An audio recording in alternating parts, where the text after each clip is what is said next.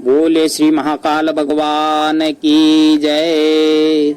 श्री शिव पुराण दूसरा अध्याय। शिव पुराण की महिमा और संहिताओं के भेद। सूत जी बोले कि हे मुनीश्वरों, यह आपने त्रिलोक हितकारी सर्वोत्तम प्रश्न किया है। यह कली के पापों का नाश करने वाला है। परमार्थदायक शिव पुराण ग्रंथों से उत्तम और वेदांत सागर का भी सर्वस्व है, जिसके पढ़ने सुनने से मनुष्य को सर्वोत्तम शिव गति प्राप्त होती है। वेद व्यास के कहे इस पुराण का बहुत महत्व है। इसके कीर्तन और श्रवण से जो फल प्राप्त होता है उस सब को मैं नहीं कह सकता, परंतु उसका कुछ महत्व मैं आप लोगों से कहता हूँ, ध्यान देकर सुनिए।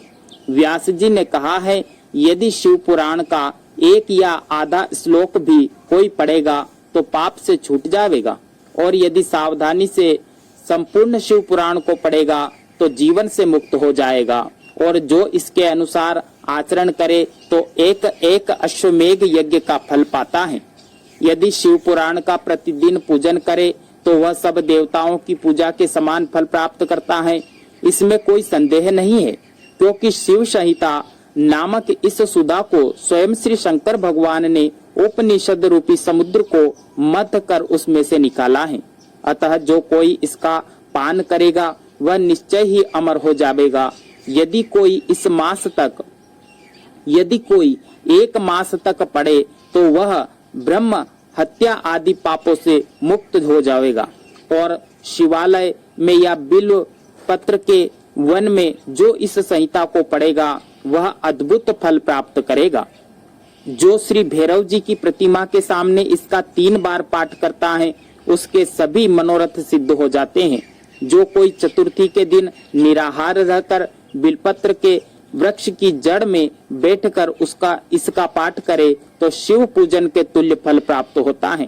इसमें शिव जी के दिए हुए धर्म, अर्थ, काम और मोक्ष चारों पदार्थों का विवेचन और उनकी प्राप्ति के उपाय तथा शिव जी की लीला और विज्ञान सब कुछ निहित है। अतएव यह सब प्रकार से आदरणीय है। वेद और श्री ब्रह्मा जी की रचना की, जिसमें विद्वेश्वर संहिता, रुद्र संहिता, विनायक संहिता, उमा संहिता, मात्र संहिता, एकादश रुद्र संहिता, कैलाश संहिता, शत रुद्र संहिता, कोटि रुद्र संहिता, सहस्त्र कोटि रुद्र संहिता, वायवीय संहिता और धर्म संहिता, इतनी संहिताएं इस पुराण में सम्मिलित हैं। ये सभी पुण्यतर हैं। इनमें एक विद्वेश्वर, 2 रुद्र और तीसरी विनायक, ये तीनों संहिताएं 10-10 हजार, उमा और मात्र ये तीनों 8-8 हजार, और एकादश रुद्र संहिता 13,000, कैलाश संहिता 6,000, शत रुद्र 3,000, कोटि रुद्र 9,000, सहस्त्र कोटि रुद्र 11,000, वायवीय संहिता 10,000 और धर्म संहिता 12,000, वायवीय संहिता 10,000 और धर्म संहिता 12,000। इस प्रकार कुल 1,00,000 श्लोकों का यह शिव पुराण है, परंतु इसे शिव ने अब केवल 24,000 श्लोकों का ही सबके लिए रख दिया है, और यह 18 पुराणों में से चौथा पुराण कहा जाता है। परंतु अब इसमें 7 संहिताएं हैं, अन्यथा सृष्टि के आरंभ में शिव जी ने इसे 100 श्लोकों में कहा था। अब यह 24,000 श्लोकों द्वारा शिव पुराण केवल इन 7 संहिताओं में ही शेष रह गया है। विद्वेश्वर संहिता, रुद्र संहिता, शत रुद्र, श्री कोटि रुद्र, श्री उमा, कैलाश और वायवीय संहिता।